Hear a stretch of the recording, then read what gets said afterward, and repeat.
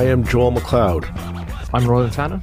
And welcome to the 905er. As you can imagine, it's difficult to cover the various municipal races happening around the 905 region. We do our best to focus on what issues matter the most to voters and make choices based on that. Some areas obviously get our attention more than others.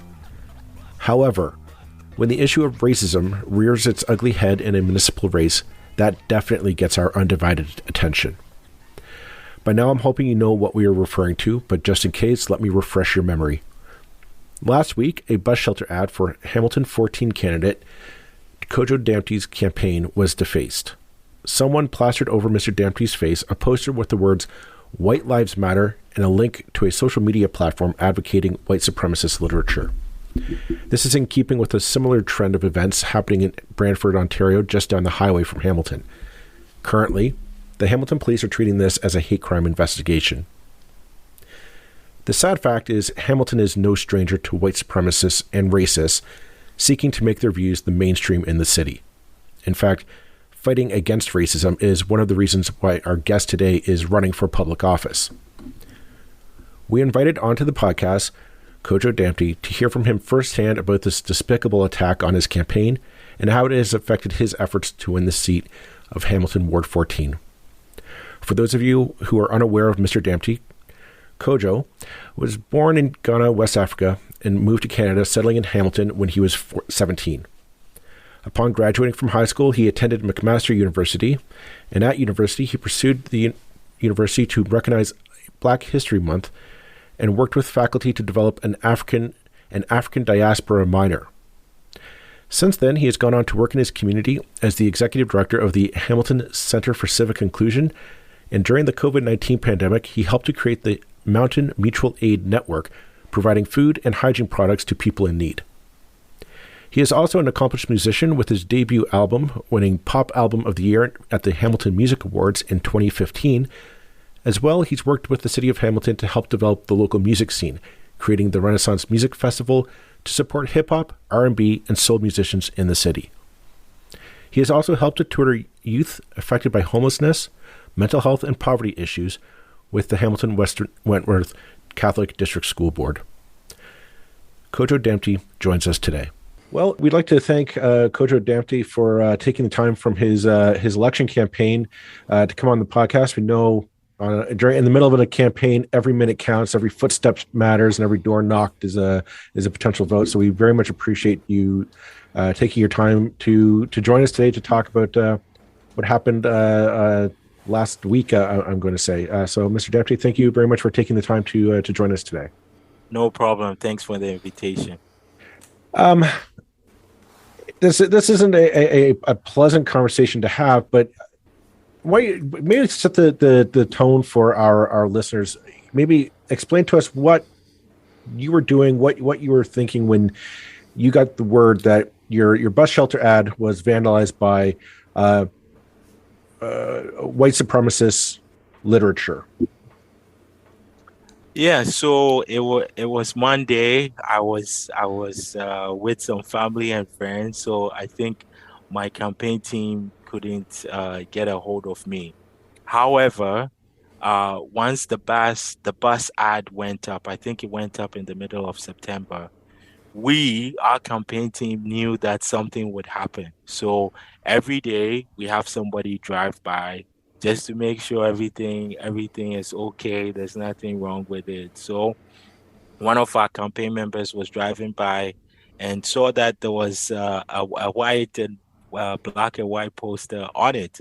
So she decided to get closer to it. When she got there, she saw obviously the message that was on there, and took some pictures, sent it to all of us. I didn't get it because I was with family and friends, and she decided to take it down. And then when I then got the messages, everyone was like, "Do you know what happened to the bus ad?" I'm like, "I don't know what happened. So let me go and take a look." So I went to take a look, saw the pictures, and then there was some leftover pieces. So my partner and I decided to clean it off, and then I made a video about the incident.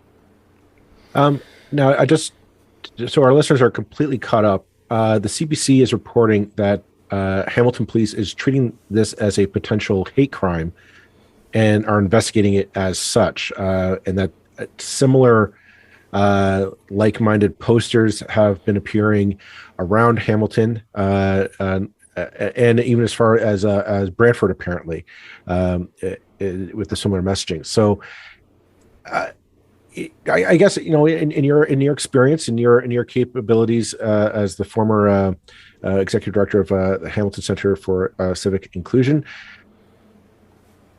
do you think that this is a targeted campaign against you for being a Black man running for city council, that you're being specifically targeted by hate groups or white supremacist groups to get you to drop out or to defeat you? Yes, but it's also a message to other racialized candidates, right? I think about Ahona Medi, who's running as a public trustee for wards 8 and 14, Sabrina Dahab, public trustee in Ward 2, and other racialized candidates, uh, candidate Narendra Nan in Ward 3, right? Like there's a strategic plan for folks who are putting up these posters to engage in intimidation tactics to not get racialized candidates to run, and particularly racialized candidates that speak out against white supremacy and that challenge some of the anti-woke rhetoric that we are seeing not only here in Hamilton but across the country. So I think it's not just about, yes, me being a Black man, but it's also towards racialized candidates, indigenous folks, trans folks, queer folks, right? I mean, we've had. I mean, just in the last couple of weeks, we've just had, two really depressing stories. I mean, this is the second one. The first really depressing story was what's going on in Oakville with the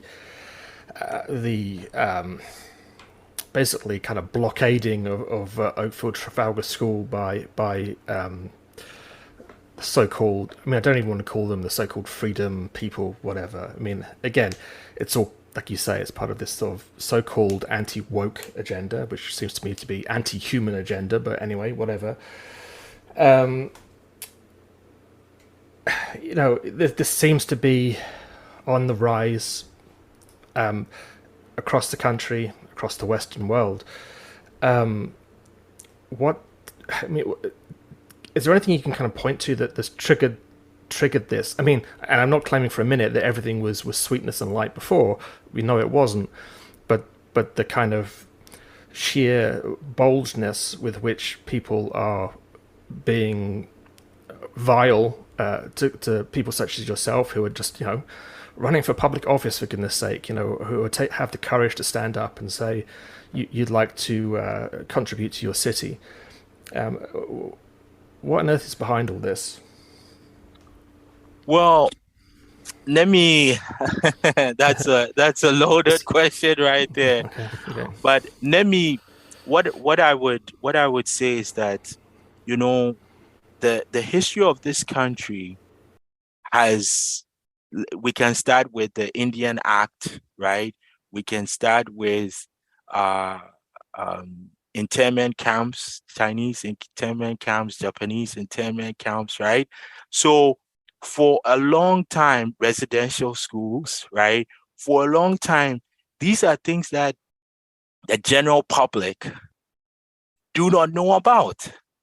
But then people from those communities know about these grotesque acts of systemic racism, right? We can talk about Africville. Here in Hamilton, the KKK used to march down James Street, right? There's also a story about KKK members traveling from Hamilton to Oakville because there was a white woman that was getting married to an indigenous black man, and the chief of police at the time led the charge of Hamilton residents to go into Oakville. So I think people do not know this history, but people that have been affected, Black community members, Indigenous community members, other racialized members, know about these histories. So when we're talking about it now, there seems to be pushback from white folks to say that, hey, why are you talking about these things? Why are these things important, right? I don't see any color.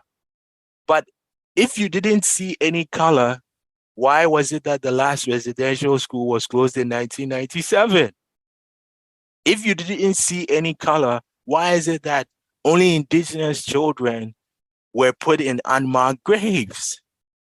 If you didn't see any color, why is it that our police force had to apologize because they couldn't keep folks from the 2S LGBTQIA plus community safe in 2019 at Pride, right? So that is what we are talking about.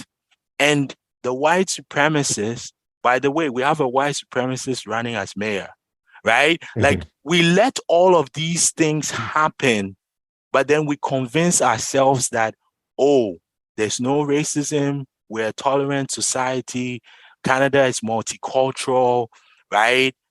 We are not like the States, but we have our own issues. So I think those are the things that are now being brought to bear.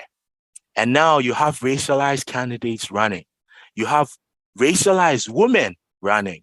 And let's be clear, the history of Canada, in fact, only white men who own property used to run for office, right? Absolutely, right. Yeah. So now when you see racialized folks running, indigenous folks running, Muslim folks running, queer folks running, the backlash is what we are seeing.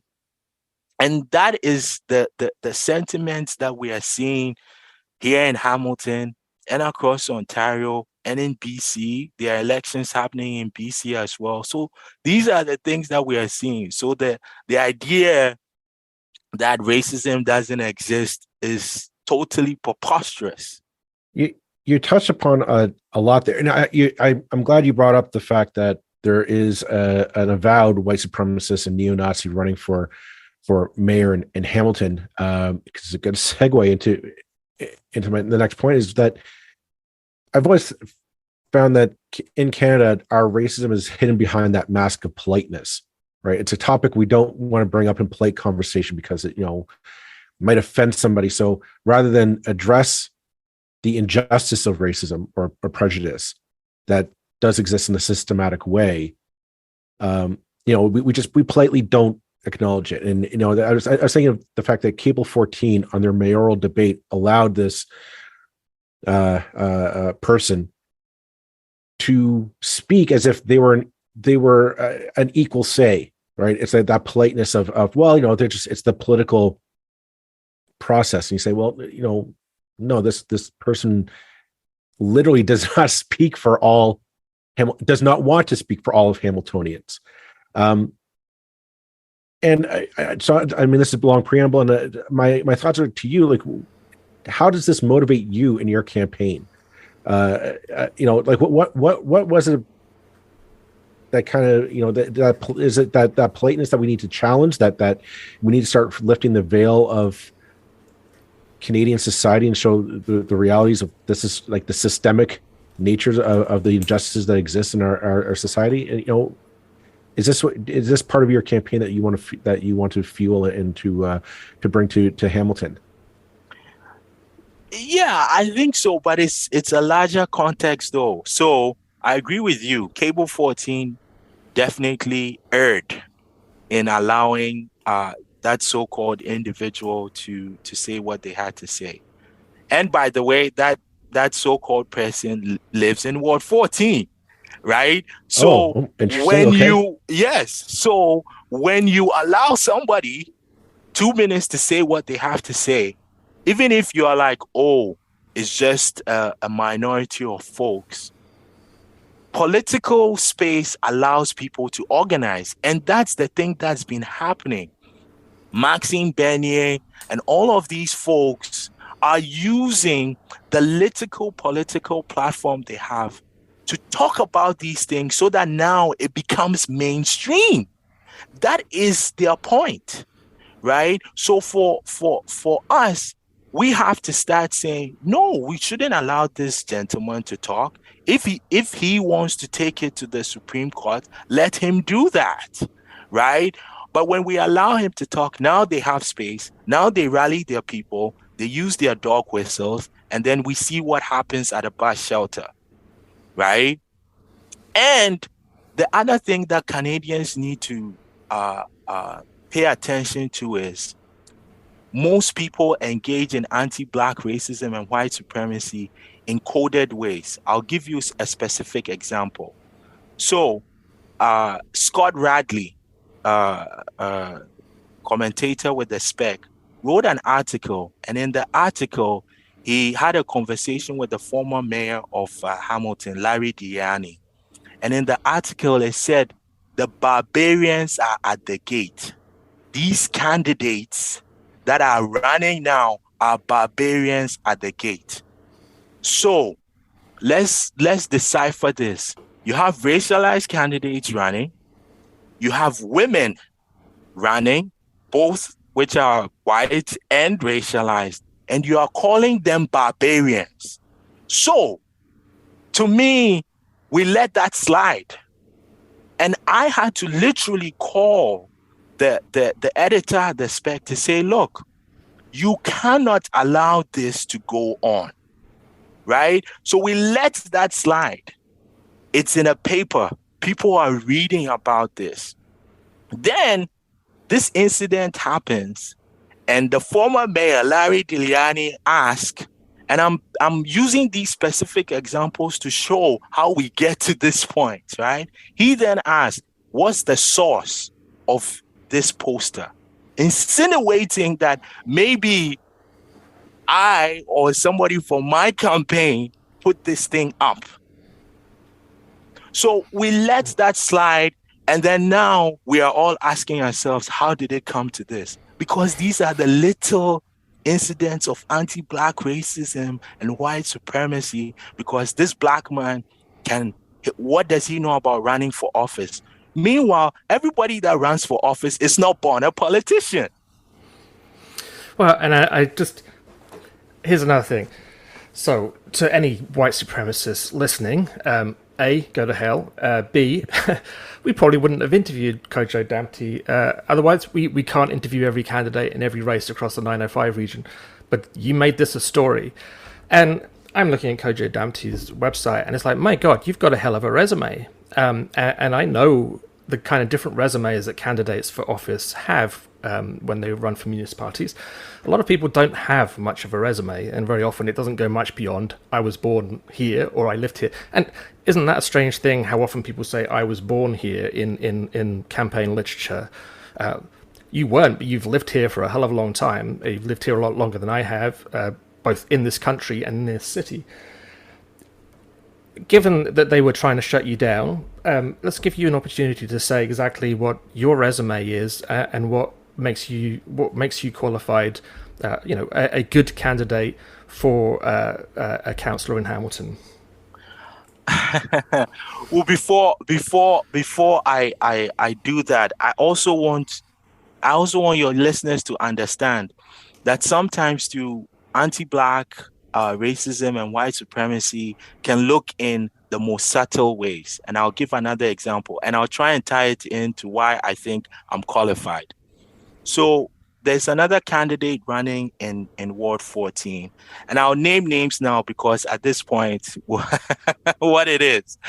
Don Ross, in his platform, he talks about restructuring the public board of health.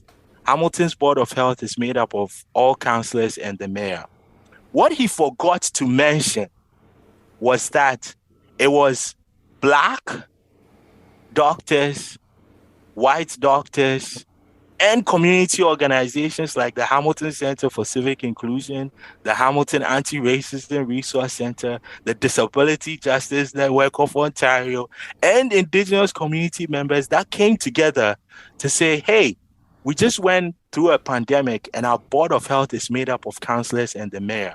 It is time to restructure it to include healthcare experts and community experts like they do in Toronto and in Ottawa. Now, why do I mention that? He forgot to reference that, but he puts it in his platform. And to me, that says, so we did all the work. We did all the advocating. Sometimes there were certain councillors that even totally dismissed us. And I'm going to tell the story. Councillor Ferguson, when doctors and nurses were delegating, he said, and I quote, "These people want to take over our Board of Health." Think about that for a second. When we are here trying to innovate our public health system that has crumbled down, that's what Councillor Ferguson is thinking about. And then Don Ross, a candidate who didn't show up when we're talking about these issues, now puts it in his platform and he's running on it. And that is what I call anti-Black racism. And that is why we have people like From and these posters going around. We have public trustees, Becky Buck. We had 4 trustees that were found to be racist, but they are still running. And this is the issue that we are talking about. So why am I qualified? Because we've done the work. We've shown up for community. We've faced threatening emails. We faced despicable acts of racism, emails, voicemails. Some candidates have been told to die, to choke to death. But we are still here because we believe in the dignity of everyone. We want everyone to have a place in this city. We want a just world. We want a community that is full of compassion, that's full of love, that's full of cooperation. Those are the things that we are fighting for. We are not fighting for exclusion. We are fighting for inclusion so that we can all thrive here in Hamilton. You touched upon a lot there, and I don't necessarily want to look at the past. I'd like to maybe start looking towards the future, because one of the previous things we had on a previous episode was Roll and I were talking about the number of activists that are seemingly running in this year's election. Yourself would be included in that list. I'm curious to see if that change does happen, because we're talking activists, not just in terms of anti-racism activism, but LGBTQ plus activism, environmental activism, accessibility activism. How do you vision working with those individuals, and where do you see the potential for intersectionality to really impact public policy at the city of Hamilton? How do you envision that potential council working?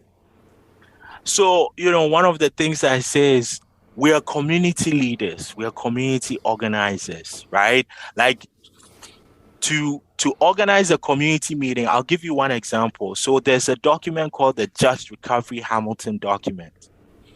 That was 11 non-for-profits that we had to work together to come up with 9 different priorities and connect them together to submit to the city.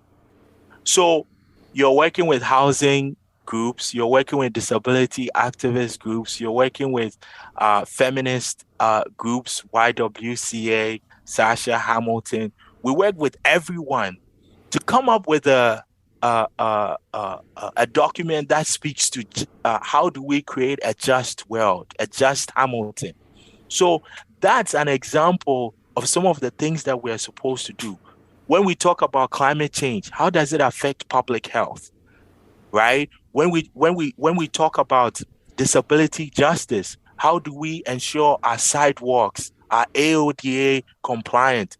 I'm speaking to seniors that live in Ward 14, and they are concerned about snow removal They are 80 and 90 years old. How are they going to clear the snow? Yeah. Yeah. Oh, Right? that's a good. You, Yeah. you have 70-year-olds that are living on fixed income, but yet their property taxes keep increasing every year. How do we address that? So all of these things are connected, and we just want to have fruitful conversations, critical conversations of how we serve our community. That is it. In Hamilton, the previous councillors, you've been there 30 years since 1988, 20 years, 19 years, and yet we are not seeing a responsive council. And those are the things that we want to change. Just throw something else into the mix. One of the candidates, it was actually Keenan Loomis, said this morning, it was something that made me raise an eyebrow. And we've been critical of all the mayoral candidates at various points. And just to prove that, I'm going to be critical of Keenan Loomis right now, but that we've certainly said things about Andrea Horvath, and we've definitely said things about Bob Bratina. And he said that the city of Hamilton shouldn't be shouldn't have an affordable housing, shouldn't be providing affordable housing. They should just take the money that they spend on that, which is $51 million a year, which actually seemed like quite a small amount of money to me, and just give that to a non-profit and let a non-profit do that instead. What would your reaction be to that kind of idea? So I'll give you an example. So that's 51 million. So from 2011 to 2021, the Hamilton police budget increased by 50 million. I just want you to look at that comparison right there, right? So to answer your question, as somebody that used to be an executive director of a non-for-profit, the non-for-profit is severely under-resourced. So if you think the non-for-profit industry can take on addressing a housing crisis, here in Hamilton, we have people on a wait list reaching 7,000. You better think hard. This is what we're talking about. First, that proposition should not take place. We need to invest in city housing. We need to make sure that the units, there are units that haven't been renovated, haven't been refurbished. Those are things that we should be doing. When we talk about providing housing for people, those are the things that we should be doing. Land trust, in making sure that public land that the city owns, we build transitional housing, social housing, rent geared to income housing, market rate housing. Those are things that we should be doing. And so I would have to disagree with candidate Loomis' position that definitely this is something that we don't want to do. Are there non-for-profit organizations that are building houses in Dwell, for example? Yes, let's support them. Let's see how we can fast track some of the developments that they want to do. We should definitely do that. But to say that we have to get rid of city housing, I think that's preposterous. Yeah, and I'm going to just be completely honest right here. That was my reaction too, and it just felt. But it struck me as that, which what I call conservative, and by conservative it can be centre right to right, whatever. Of the government's bad at everything, so we should try and minimise the things that the government does. And it's like, if you're running for office at any level of government, that's not what I want to be hearing from you. So yeah, that really kind of rubbed me the wrong way. My personal opinion, for what it's worth.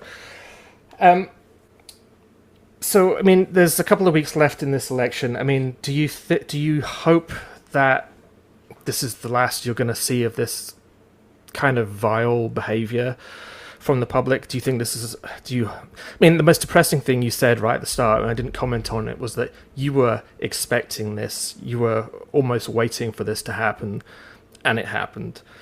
Yeah, I mean, are you expecting more? Yes. If I get the opportunity to serve as Ward 14 councillor, you best believe there'll be more attacks.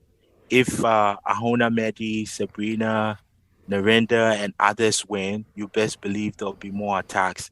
And I wanted to share this article with you, and I can share. I'll send both of you the link after we are done. And I just want this article. This is written by a teacher, by the way. We don't know which teacher, but it speaks to um, the anti-woke sentiment that we are seeing. And I wanted to read you a section of it to show you how dangerous our times are going to be in the next couple of years. It says, and I quote, "Unfortunately, nothing within the confines of critical race theory is truth. Racism in both Canada and the US is at all-time lows." I wonder how they measure that, but that's neither here nor there. "Nearly every Canadian believes that the best person should get a job or be admitted to a post-secondary education. Critical race practitioners would have you believe that a racialized student who makes bad choices is living in some kind of apartheid regime where racialized people can't vote, own property, or attend secondary institutions." That is written by a teacher who is teaching our kids. Our kids. So if you think racialized students and even white students are safe in public education, we need to be careful. We need to be careful. To have a teacher say racism is at all-time low, I want to know how they came to that conclusion. Especially when even in Canada, the Canadian anti-hate website has been saying that, I can't say about anti-black racism, but definitely anti-Semitism has been on the rise across the country. So I find that if you're an anti-Semite, chances are you're also just an anti-black racist, probably a homophobe as well. But that's neither here nor there. But that comment got me thinking. What you just said. Clearly, you're not going to convince the white supremacists to vote for you in this election. But circling back to my previous comment about the politeness of Canadian society and the fact that we don't really want to talk about racism in polite society. What do you say to the moderate, the person who knows? Well, that's not. I'm not a racist. I don't subscribe to white supremacist views, but I just don't want to deal with that topic. If we just ignore it, it'll go away. And especially in this election, when it's clear racism and racists exist in this city, in Hamilton, they want power in this city. What do you say to that moderate, that polite Canadian who wants to, who thinks if we ignore it, it'll go away? What do you have to say to them on this election? I say, let's build a city where we care for each other. That has been our mantra since we announced on May 2nd. We've had conversations with so many people. Some people say, I disagree with some of the things you have in your platform, but I can tell you care about the plight of all Hamiltonians. And I think that's where we want to get to. Our identities inform how we look at the world. And that's a good thing. But we have to talk about how they overlap, right? A white man who has lived in poverty, their experience is different from a black man who has lived in poverty. There might be some things that we can connect on. Maybe, for dinner, we used to have craft dinner, right? That's the things that bring us together. But then it still looks different because if we both enter a predominantly white space, the white person might get some preferential treatment. And it happens to me as well. When I go in a space with racialized women, people might give me some preferential treatment because I'm a man, right? So I think those are the conversations that we want to have. And we have to be bold. We have to be vulnerable. We have to know we're going to make mistakes. I make mistakes. People think I do not make mistakes. I make mistakes. I've been called out on some of my language that I've used, and it's okay. This is not policing what you can't say or cannot say. It's just making sure that we are in tune with people's experiences and where they are coming from.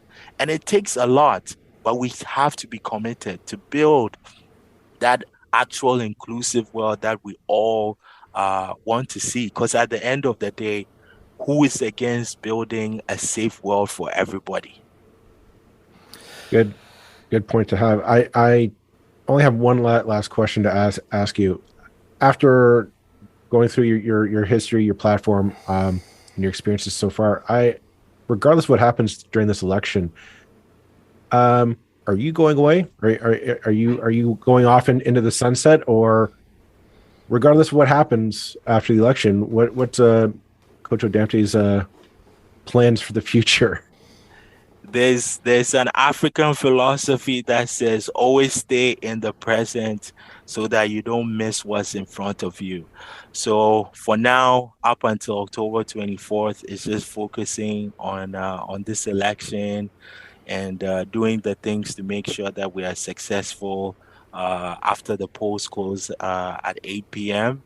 And then we'll take it from there. You have to bring me back onto the show to find out. A part 2 episode, okay.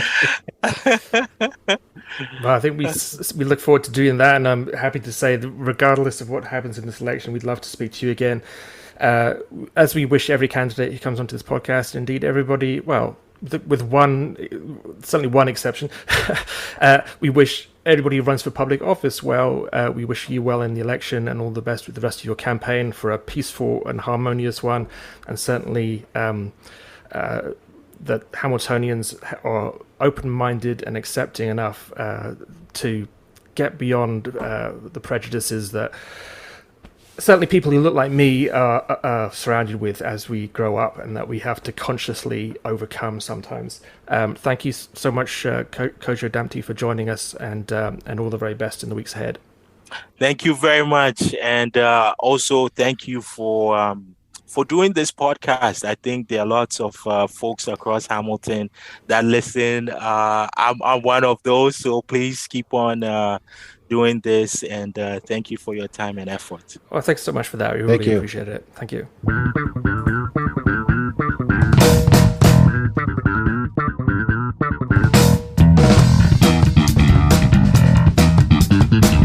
That's it for this episode of the 905er. Thank you for listening. As always, you can send us your feedback, thoughts, and concerns, or ideas for future episodes to our email, info@905er.ca.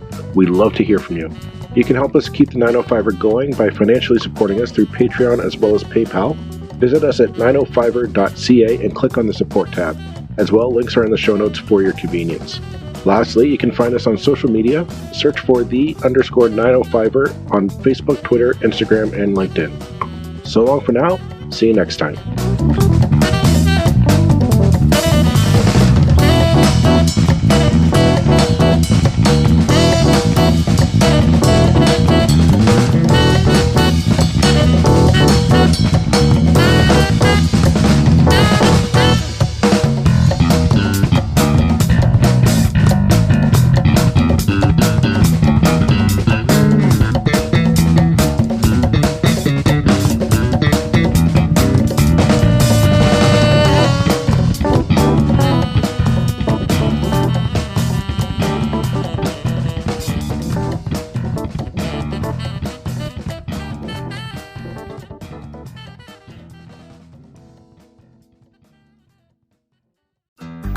Looking to make the most out of this life and optimize your personal wellness? Then check out the Natural Man Podcast. Join me, host Mike C., as we explore all areas of human wellness, physical, mental, and emotional. Learn strategies to optimize your own well-being and be in the driver's seat of your own health. Remember, your doctor works for you. Learn biohacks, neurohacks, ways to improve sleep, and ways to optimize your body and your mind. Check us out on Apple, Spotify, the Fountain app, and at naturalmanpodcast.com.